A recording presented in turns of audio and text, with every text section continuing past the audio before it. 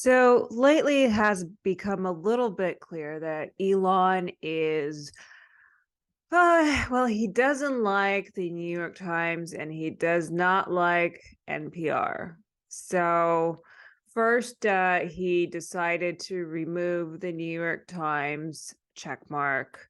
And everyone rejoiced because well, not everyone, but a lot of people rejoiced because a lot of people don't seem to like the New York Times these days. But I do take an issue with that because he singled out the New York Times and he really ripped into it in some of his tweets as well, posting some unfavorable comments, shall we say, about the New York Times. And, you know, he can certainly take away its check mark, especially if the New York Times refuses to pay, which I believe they did. But I did find it interesting that he left check marks for other publications who also refused to pay. So why did he only go after the New York Times so specifically? And why is the New York Times such, a terrible arbiter of truth? Whereas, oh, I don't know, there's so many outlets on the left and the right that I think have failed their audience tremendously in terms of printing untruths, lies, propaganda, and just have done a terrible job in journalism. And as much as the New York Times gets attacked, and I certainly have some criticisms of my own, the New York Times also does do, I think, some good journalism, and there are certainly examples of where it fails. And I think there are many other publications who, in fact, I would say argue, fail us far more that Elon did not go after. But maybe, the New York Times is a more prolific publication, so perhaps the argument is that that's why he went after it. So that's number one. He did not apply his kind of rules and sense of humor, I suppose, equally to publications, and he took away the check mark. Now that brings us to NPR, and he labeled NPR as US affiliated state media, on par with, well, all sorts of other state media that we view with, I suppose, some suspicion. And many people, I'm sure, will argue that in recent years, NPR has gone to from an outlet, a station that they loved, and a media outlet that they loved, to something that has been captured ideologically and has been failing the American public. But is it state media? And at first, I think I was sort of caught up in this myself, but then it was brought to my attention that while NPR in the past has received more funding from government sources, in fact, it only receives 0.6%, so under 1% of its funding from government sources these days.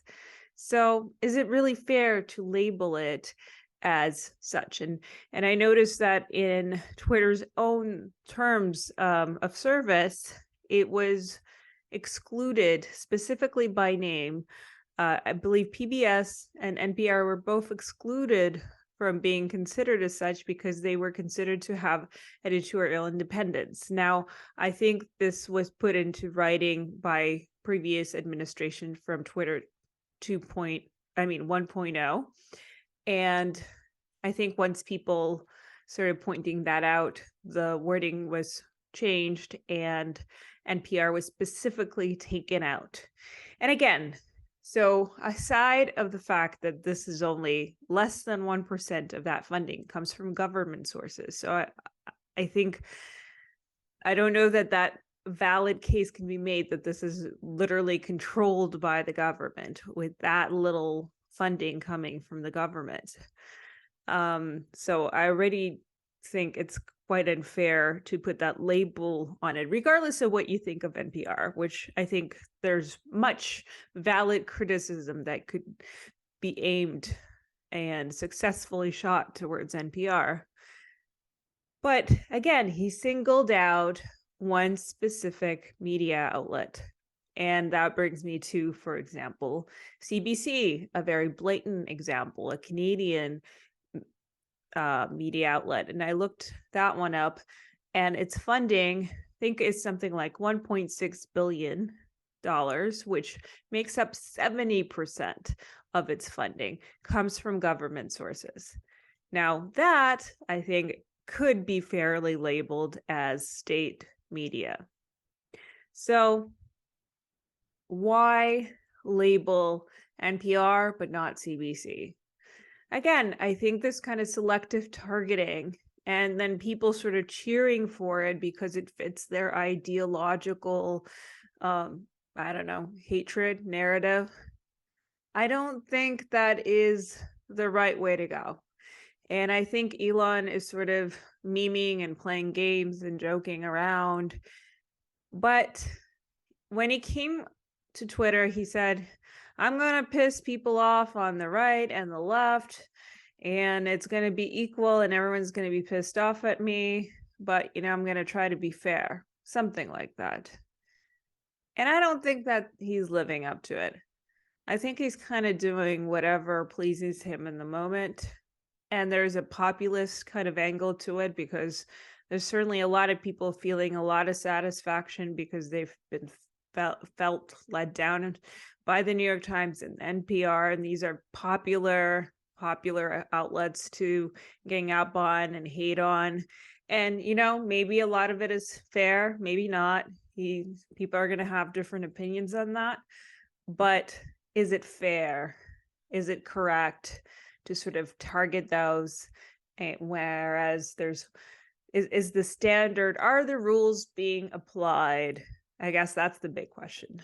Are the standards clear, and are they being applied equally to all, right? I think that's what we wanted from Twitter 2.0, whether it is the TOS towards users or, well, these media outlets are also users, I suppose. So it's kind of the same thing.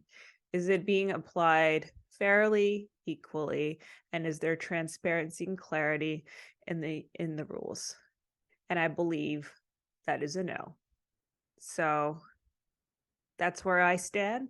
These are my thoughts, but you may have different thoughts or you may have similar thoughts. Whatever your thoughts are, I'd love to hear them. Let me know in the comments. And I'll see you again soon.